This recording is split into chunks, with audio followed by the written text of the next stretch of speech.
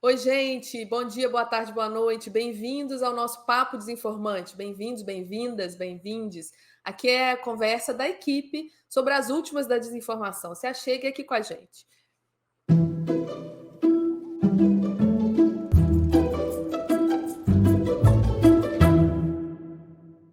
Uma semana agitadíssima, a pauta digital enfim ganhou as manchetes, né? Eu brinquei com os meninos que enfim a gente deixou de ser minoria, né? Pé de página, 4 eventos grandes da pauta digital, 4 pelo menos, né? Grandes da pauta digital aconteceram do último dia 27 de abril até o dia 1º de maio. Os meninos estão aí, ó, mais ou menos, porque estavam numa cobertura intensíssima pelo Desinformante.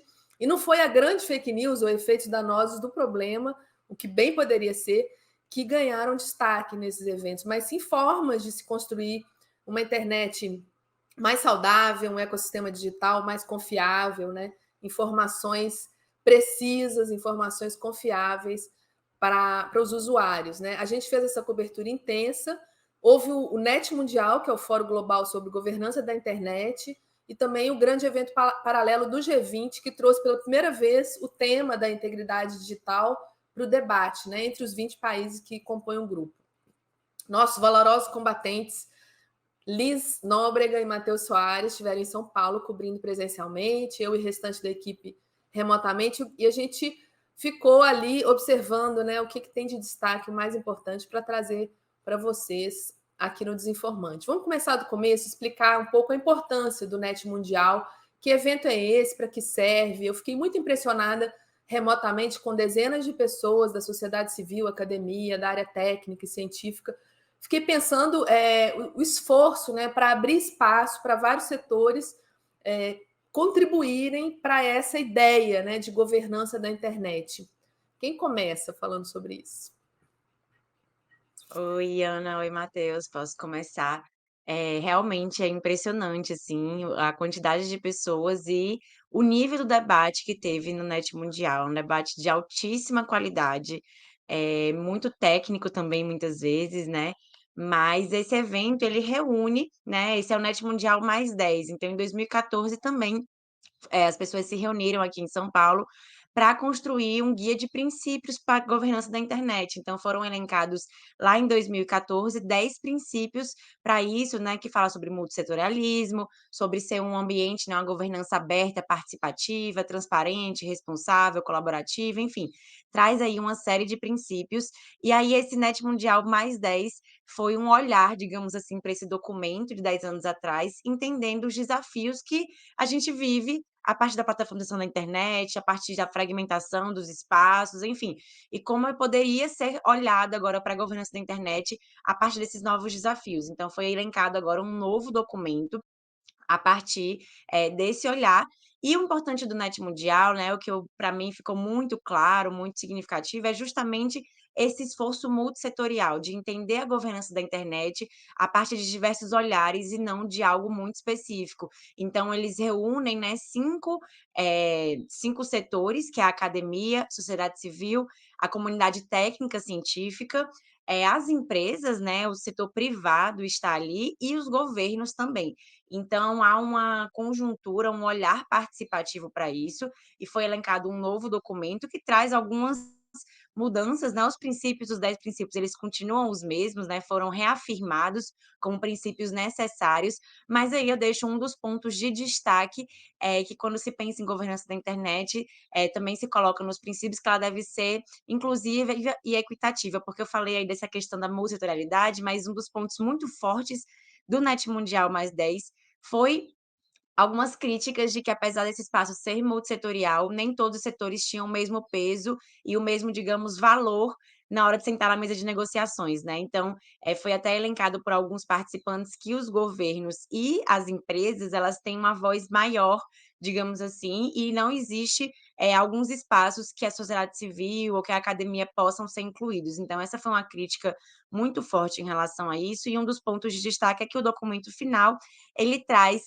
que devem ser colocadas necessidades, né, para apoiar a participação equitativa, justamente também colocando outros grupos de interesse, incluindo grupos marginalizados e que não são representados. Então esse é um dos avanços, assim, para olhar a efetividade, digamos assim, desse espaço multissetorial.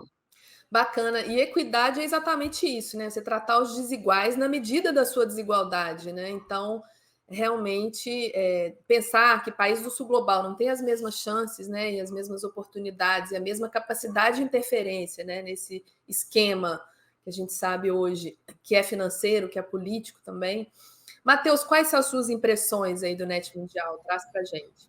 Foi muito interessante, Ana. Eu reforço muito o que Liz trouxe nessa questão da multissetorialidade. Para mim foi muito latente a vontade, o esforço do pessoal que estava lá em contribuir. Na terça-feira, no segundo e último dia do evento, 5:30 da tarde, já beirando às 6, ali no finalzinho, o pessoal ainda estava com vontade, estava com gás ali de chegar no microfone e colocar suas considerações, colocar ali uma vírgula que eles achavam que estava fora do lugar, que poderia ser melhor. Então, essa vontade de tornar a internet melhor, tornar esse espaço digital um ambiente melhor para todo mundo, era uma energia, assim, era uma vontade que a gente sentia nos corredores e também nos eventos do Net Mundial, né? E estava todo mundo ali colocando como a própria internet, ela é uma construção colaborativa, ela nasce como um projeto colaborativo dependendo de diversos setores, né? E como essa vontade de mantê-la ainda colaborativa, mantê-la aberta para todos esses setores, né? Era muito latente no evento do Net Mundial. Legal, gente. Vamos falar agora do evento seguinte, que foi também bastante importante, cheio de figurões, né, gente? A gente teve presença da Maria Ressa, Nobel da Paz, da subdiretora da ONU, a Melissa Fleming. Quem começa contando aí sobre a integridade da informação, que, explicando aqui para os nossos espectadores e ouvintes, é um evento paralelo do G20, promovido pelo grupo de trabalho de economia digital, e foi a primeira vez que o tema da integridade da informação foi levado para o centro das discussões do G20, né? Que a reunião da cúpula, enfim, dos chefes de Estado vai acontecer em novembro aqui no Rio de Janeiro, mas até lá, o que o país, que é o anfitrião do G20 esse ano, que é o Brasil, definiu como importante, vai sendo costurado, né, ao longo do ano por especialistas, por representantes aí de todos os setores, e a integridade da informação é uma das prioridades, né, elencadas aí pelo governo Lula. Quem começa contando? Matheus, Posso sobre a começar. experiência de ouvir a Nobel da Paz, né? Uma experiência Nossa, marcante também, né? foi muito interessante. Foi a mesa, acho que uma das mais concorridas, né, Lisa? Estava lotado, todo mundo ali parou o que estava fazendo para entrar lá na área que a Maria Ressa estava falando. Esse evento começou paralelo ainda ao Net Mundial, na terça-feira, dia 30, né? Mas fechado ali para convidados, com algumas mesas fechadas. E na quarta-feira, dia 1º de maio, foi a programação aberta, em que diversos convidados do mundo inteiro sentaram para debater sobre essa questão da integridade da informação, né?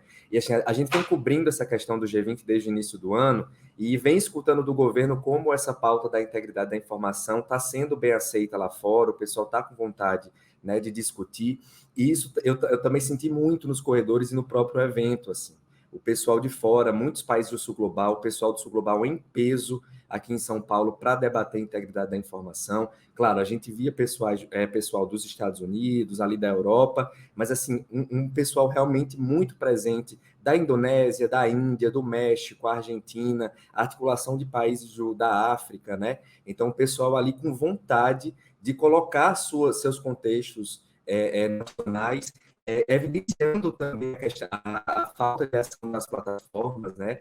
Alguns representantes das plataformas também tiveram lá no evento e o pessoal mostrando para eles como a, a ação está ineficaz para tentar conter desinformação, ataques de ódio, ataques de gênero em diversos países, inclusive no Brasil. Então, as discussões foram realmente muito por esse caminho. Já a Maria Ressa também trouxe um pouco da sua própria vivência, né? A Maria Ressa foi alvo de ataques de desinformação e ataques de ódio, né? Com base de gênero, justamente porque ela estava ali nas Filipinas fazendo o seu trabalho de mostrar as questões da corrupção do governo, né? Então ela foi alvo de ataques de extrema-direita, e ela justamente ali com a voz, apesar de ter sido atacada, né, e mostrar lá no momento os ataques que ela sofreu, mas com um tom de esperança na voz, de que a gente pode reverter a situação, e evidenciando justamente que a gente está num momento muito importante, né? Esse ciclo mega eleitoral acontecendo, e é o momento para a gente sentar e debater sobre isso, né?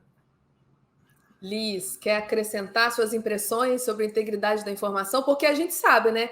Matérias completas, com profundidade, todos os detalhes dos grandes eventos da pauta digital, vocês conferem no desinformante.com.br, no @desinformantebr também, a gente divulgou nas redes. Mas diz aí, Liz. Então, foi assim, foi muito interessante, a gente trabalha diariamente com isso, né, então estar rodeado de pessoas que também se preocupam com o tema, que trazem outras experiências, outras perspectivas, foi riquíssima a experiência, realmente de ver a Nobel da Paz, né, de trocar uma ideia ali rapidinho, então, são momentos muito ricos, mas o que me impressionou muito também, é justamente ouvir, né, teve um colega, um professor, um pesquisador da Indonésia que tomou a fala e falou da experiência, e é assustador você ver que alguém que veio do outro lado do mundo relata uma experiência tão parecida com a nossa do Brasil, né? A gente vai vendo como essas redes de desinformação, essas estratégias vão sendo utilizadas em muitos países, principalmente nos países que têm um contexto do sul global muito semelhantes com o nosso, né? As formas de comunicação, o uso de aplicativos de mensagem, enfim, isso muda muito as experiências. Então a gente consegue ver como, digamos, as batalhas que a gente está travando no sul global, elas são diferentes das batalhas do norte global, que também são batalhas, são necessárias, enfim, mas que a gente precisa ter um olhar aí a partir dos nossos iguais, para que a gente pense em soluções também que sejam transnacionais, porque essas redes de desinformação são transnacionais também. Então, esse foi um olhar muito interessante que eu tive. Outro foi justamente numa mesa que falava sobre iniciativas de combate à desinformação, da promoção da integridade eleitoral em diversos países. Então, a gente consegue ver como outros países estão lidando com isso.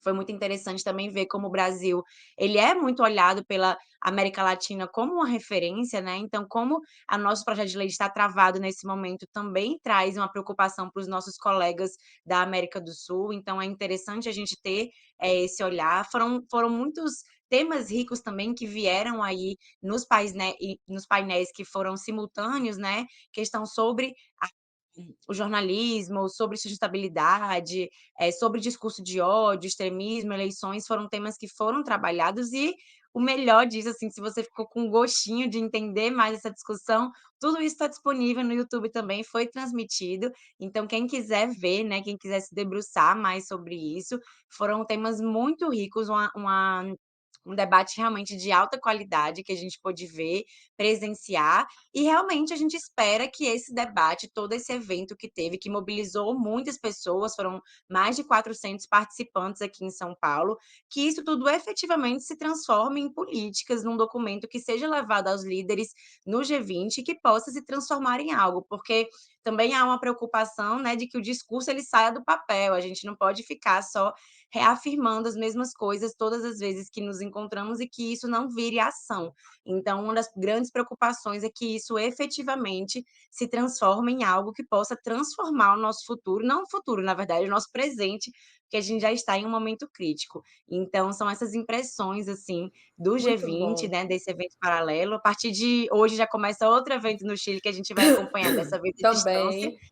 mas a pauta do digital está em alta e a gente está aqui tentando traduzir tudo para vocês. Maravilha. Matheus me pediu aqui para falar de um passo adiante que eu também acredito que a gente deu a partir desses eventos e de iniciativas que aconteceram, que foram anunciadas, que é a questão do acesso a dados para pesquisadores, né? O que foi que aconteceu, Matheus? Conta aí rapidinho.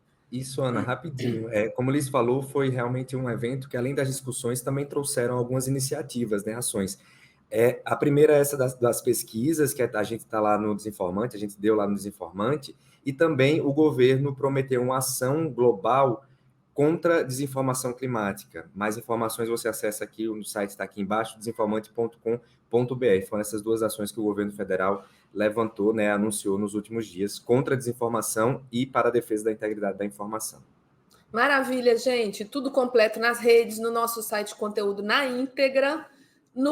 nas redes @desinformantebr, o site é desinformante.com.br.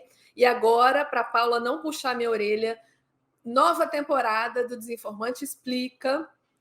Recomeçamos aqueles vídeos super maneiros com informação didática, base para quem está precisando entender melhor esse universo da desinformação, com a nossa queridíssima Liz Nóbrega falando sobre como o monopólio das Big Techs afeta o discurso público, o debate público. Vídeo maravilhoso, tá no nosso canal do YouTube, é só clicar lá. Vídeo rapidinho, não vai te ocupar muito tempo. A gente volta semana que vem. Obrigada, gente. Obrigada pela cobertura, obrigada pelo esforço. Foi muito bacana. É muito bom trabalhar com vocês. Até semana que vem. Tchau, tchau.